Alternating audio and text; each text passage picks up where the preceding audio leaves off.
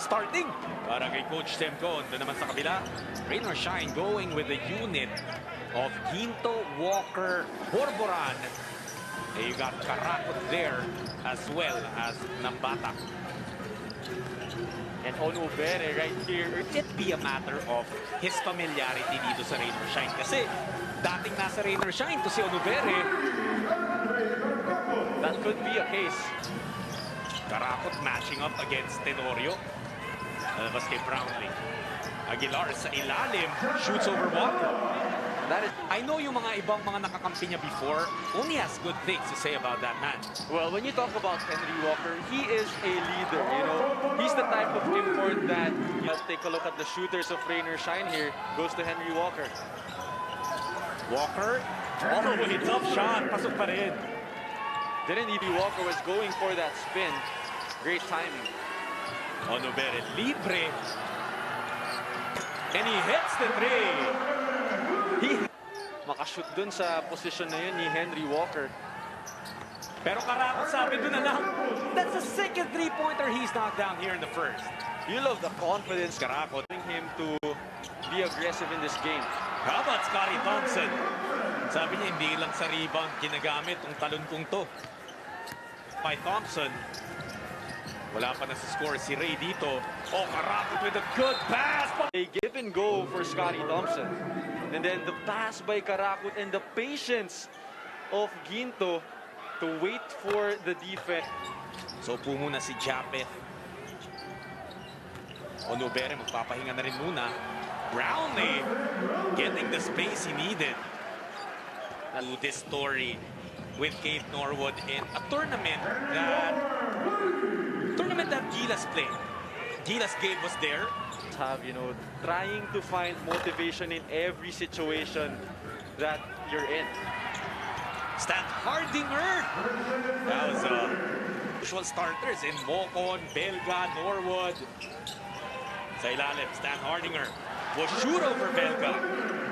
Great shot right there. Finding two open teammates in the past two possessions but not able to finish. At ito na, lamang na, Barangay Ginebra. He'll miss once or twice maybe, pero kapag bigyan mo pa rin siya ng space, it's gonna be tough. Henry Walker naman, ang galing din gumalaw. Damage in different ways. 7 points na si Walker. Si Brownlee naman, oh yes, 5. Tapos merong 5 rebounds din and point shot ni Scotty.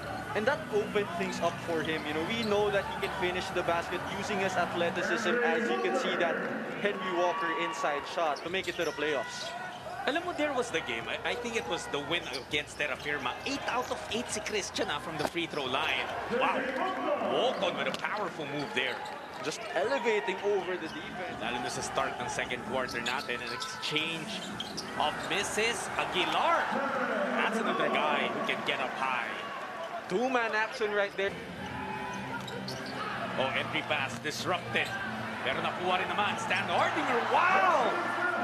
Nagawan pa rin ang paraan. And What do you see here, Diego?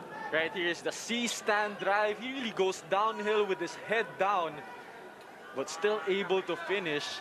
Di na rin naka-challenge dun si Big Bo Belgas because he didn't Quarterfinals, Pinto. To Tenorio, now it's Brownlee. Outside shot, JB. smooth-looking shot coming from just... Swinging that basketball, they dump it inside. Norbert Torres naman ngayon, nakatao kay Aguilar, and Chapin makes light work. especially in the second quarter, for stopping Rain or Shine from hitting baskets. Tenorio will hit from deep. Great. Nagre-rely sa three-point shots. And sa point nga na to, they've already taken more threes than twos in this game so far.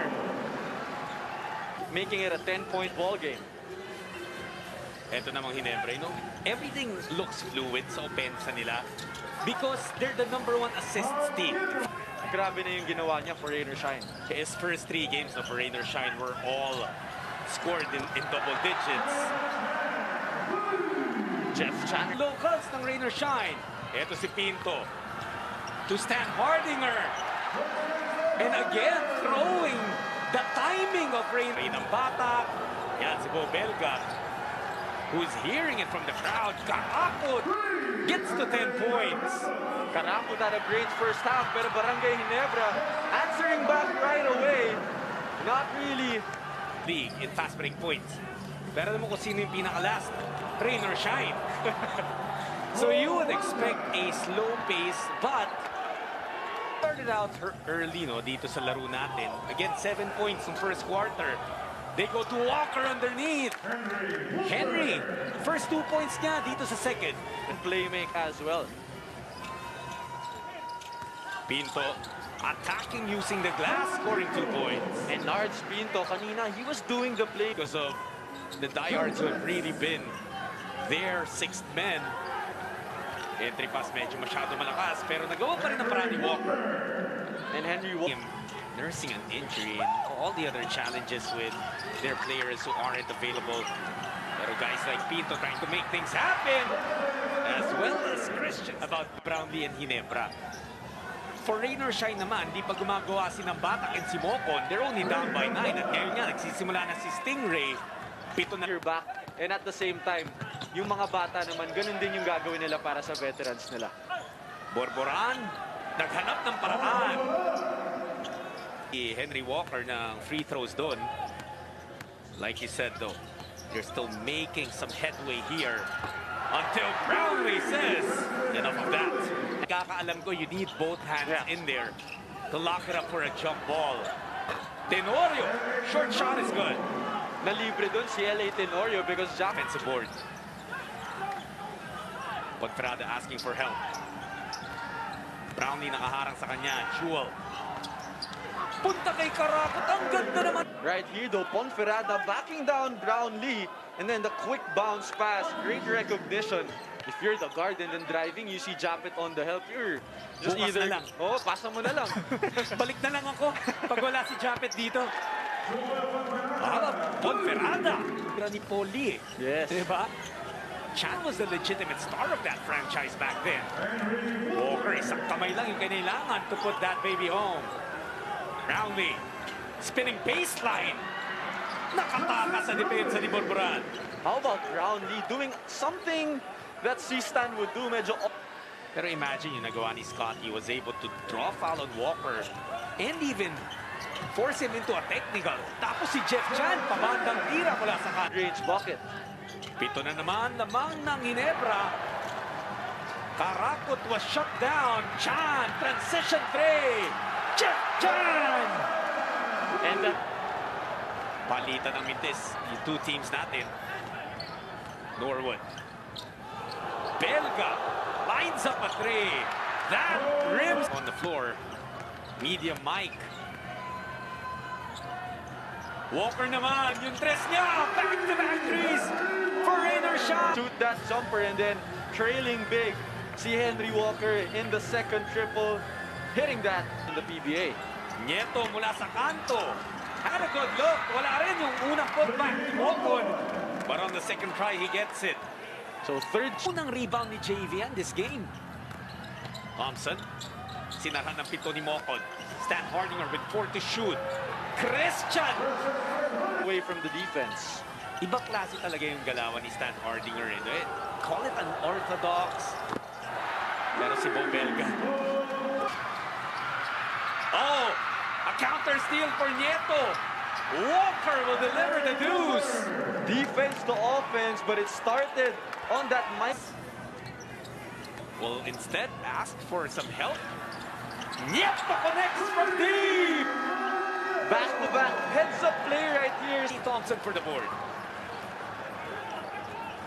Pinto na naman. Nard, siya naman, titira.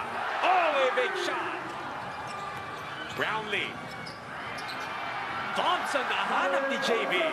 Beautiful fast break opportunity turned into trans. Already know we're in for a fantastic finish here.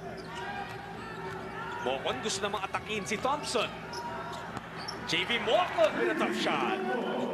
Nation pa, inaayos yung A-board natin doon.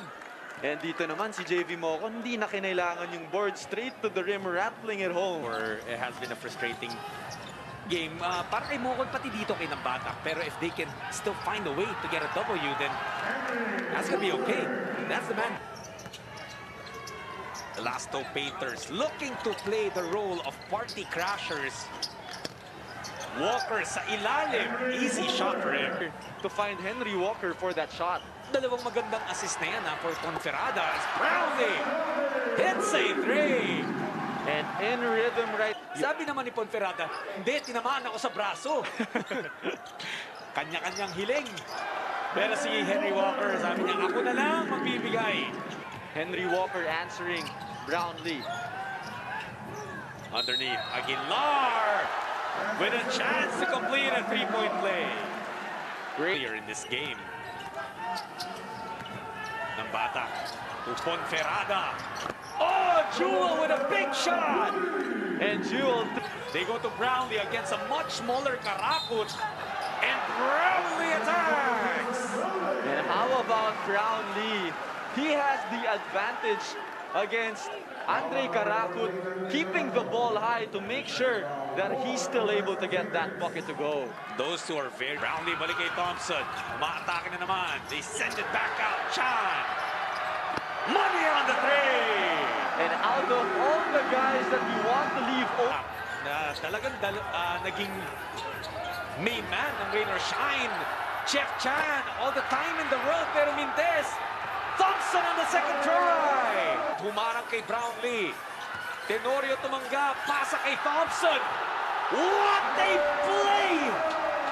Naglapitin pa sa ere. Ito yung sinasabi mo. and LA Tenorio on the drive, perfect timing by Scotty, and then nakabuelo siya dun for that acrobatic layup, doopsie-doo for Scotty Thompson. And Scotty says, now you see me, now you don't. Mala MJ over two defenders, over and then under for that. Stan Hardinger kumukuha ng pwesto. Brownlee, he's gonna be happy to take that shot. Brownlee, that Karakut inside to Walker.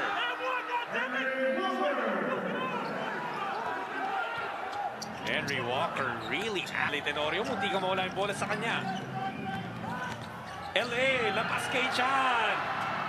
Jeff, money on the three. and great more challenge for them as Henry Walker is out of the ball game. All Filipino ngayon, rain or shine the rest of the way.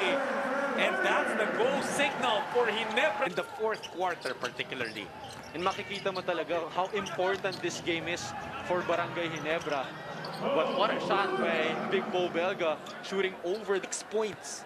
Yung rain or shine, they took the lead. Pero dito sa fourth, 31 points naman itong Barangay Ginebra while limiting rain or shine to just 16. So Barangay Ginebra will now book a ticket to the playoffs and taking matters into their own hands. Di na nila hahayaan na yung mga ibang team yung magbibigay ng faith sa kanila sa